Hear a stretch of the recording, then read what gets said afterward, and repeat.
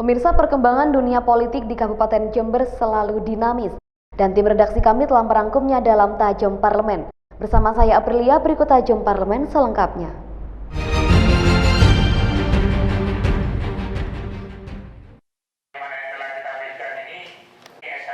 Dalam rapat Badan Anggaran DPRD bersama tim anggaran Pemkab Jember, Wakil Ketua Badan Anggaran DPRD Jember Ayub Junaidi khawatir posisi Kepala Dinas Pendidikan yang dijabat oleh PLH akan berdampak buruk pada pencairan anggaran pendidikan senilai 1,6 triliun.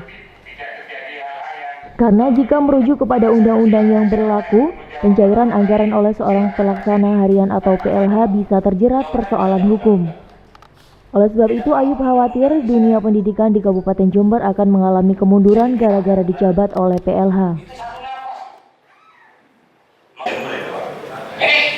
Urusan wajib loh ya, dinas pendidikan loh ya. Belum lagi Pak, terkait masalah pegawai yang dulu dinasnya dilikuidasi Pak, seperti dinas pasar. Bagaimana nasibnya pegawai tersebut?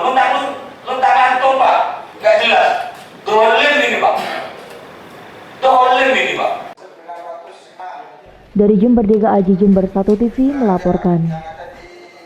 Tugasnya PLT itu terbatas loh Pak. Kalau seperti ini tolong Pak Firman jelaskan dah. Kalau enggak ya suruh pulang aja kalau tidak bisa jelaskan. Terima kasih Pak, disuruh pulang.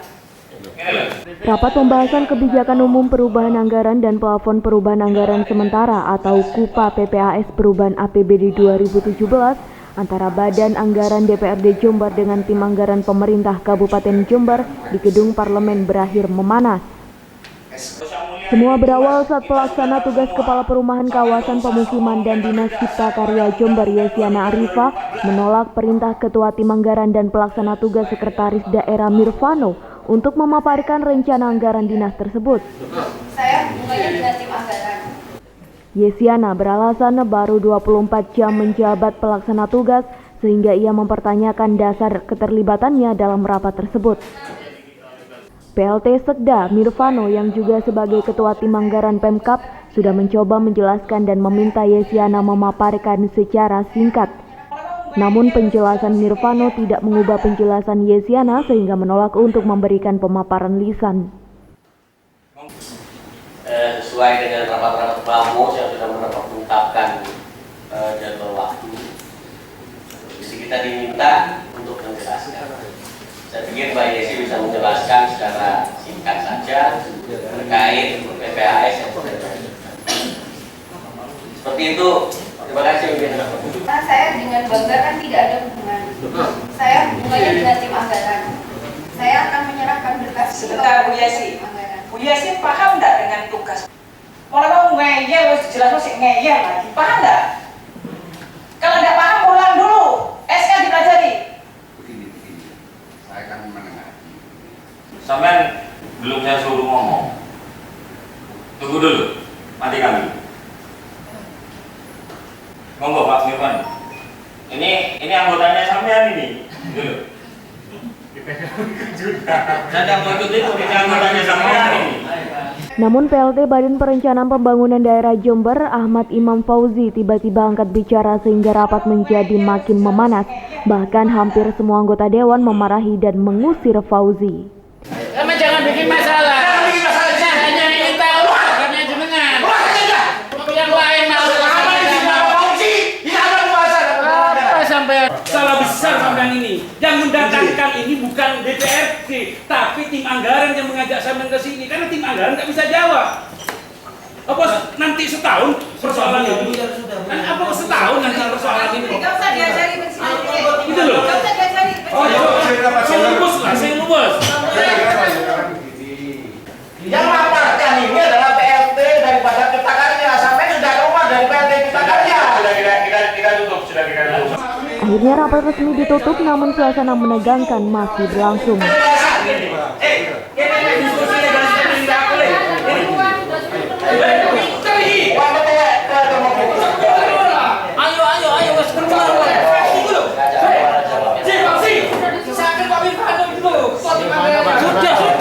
saya lupa.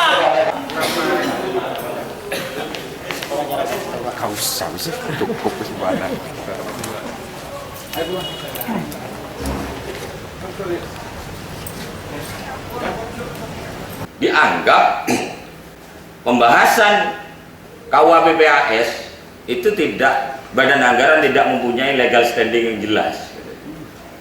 Padahal di Permendagri ada, Pak. Ini, kalau tidak boleh dibahas legal standingnya, yuk. Kenapa ini tidak dipermasalahkan sejak awal? Karena Fauzi ini masuk menjadi PLT Babakka kan baru hari ini kemarin dilantik katanya, SK-nya dulu. Jadi dia tidak mengikuti sejak awal. Dan saya yakin Pak Mirvanu ini kan pejabat kawakan lah, senior ya.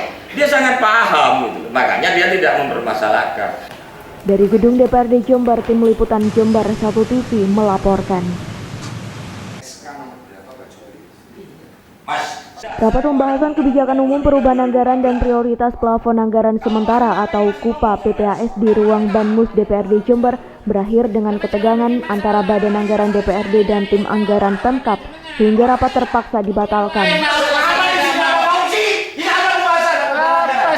Menurut Wakil Ketua DPRD Jember Ayub Junaidi, tim anggaran Pemkap Jember perlu melakukan rapat internal agar bisa kompak. Karena DPRD sangat menyesalkan tindakan sejumlah OPD yang menolak perintah PLT Sekda Mirvano yang juga selaku Ketua Tim Anggaran Pemkap untuk memaparkan rincian anggaran. Kami melihat tidak ada koordinasi yang baik di internal tim anggaran. Contohnya, Ketua Tim Anggaran mempersilahkan OPD Cipta Karya untuk memaparkan, Pak.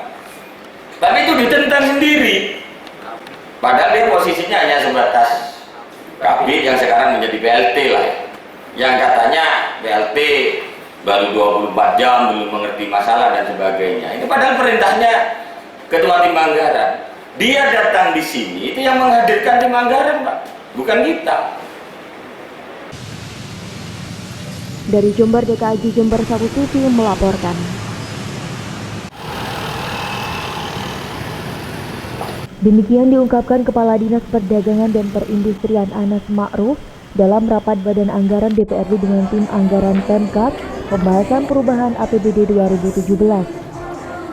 Anas mengaku akan bersinergi dengan pemerintah pusat terkait perencanaan pembangunan rehab Pasar Tanjung. Setelah perencanaannya selesai, pembangunan rehab Pasar Tanjung akan dilaksanakan di tahun 2018 sehingga penganggaran akan diusulkan dalam APBD 2018. Diperkirakan anggaran yang dibutuhkan untuk pembangunan rehab Pasar Tanjung mencapai 200 miliar rupiah. Tiga pasar dan saat ini sudah tahapan untuk proses lelang, sedangkan untuk penambahannya yaitu sekitar 10,6 hemat ini dalam rangka penyusunan DDD pembangunan pasar untuk 2018 nantinya.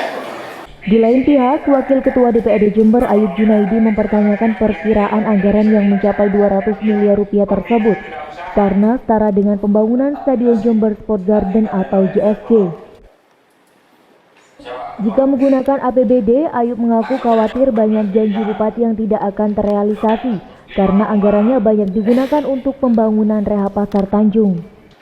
2 miliar mengganggu kepada RPJMD, kasihan bupati loh, 200 miliar gak sedikit. Nanti sampai memaksakan bangun itu, akhirnya program bupati yang lain keteteran. Dari mana sumber anggarannya? Belum lagi urusan embarkasi, Mas. 200 miliar banyak, Pak. Zamannya jalan saja 200 miliar JSG itu aja, Pak, multi-yes. Iya kan? 2 tahun 200 miliar itu, Pak. Dari Jember, DKAJ Jember 1 TV melaporkan. Dalam paparan organisasi perangkat daerah atau OPD bersama tim anggaran di gedung DPRD Jember, Ketua DPRD Jember Tois Zamroni sindir dinas PTSP sebagai dinas ajaib. Karena dengan serapan anggaran yang 0% masih bisa menjalankan pelayanan. Menurut Ketua DPRD Jember Tois Zamroni, secara logika jika serapan anggaran Dinas Pelayanan Terpadu satu pintu atau PTSP adalah 0%, maka tidak mungkin bisa melayani perizinan selama ini. Karena kebutuhan operasional seperti alat tulis kantor dan lain-lain tentu membutuhkan anggaran. Apalagi PTSP saat ini sudah mengeluarkan hampir 3.000 izin. Atas dasar itu, Tois menyindir dinas PTSP sebagai dinas ajaib yang bisa menjadi panutan bagi dinas lainnya. OPD ajaib lah, ya. Tidak ada anggaran, tapi fungsinya tetap berjalan. Ya. Ini barokahnya Pak Sami. Insya Allah haji yang mabrur. Keluaran persis itu Pak. Dari Jember, DKAJ Jember 1 TV melaporkan. Dalam pembahasan kebijakan umum perubahan anggaran dan prioritas plafon anggaran sementara atau KUPA PPAS APBD Jember 2017, pimpinan Badan Anggaran DPRD Jember Ayub Junaidi menilai status pelaksana harian atau PLH di sejumlah organisasi perangkat daerah atau OPD, salah satunya adalah di Dinas Pendidikan menjadi faktor penyebab tidak maksimalnya kinerja eksekutif.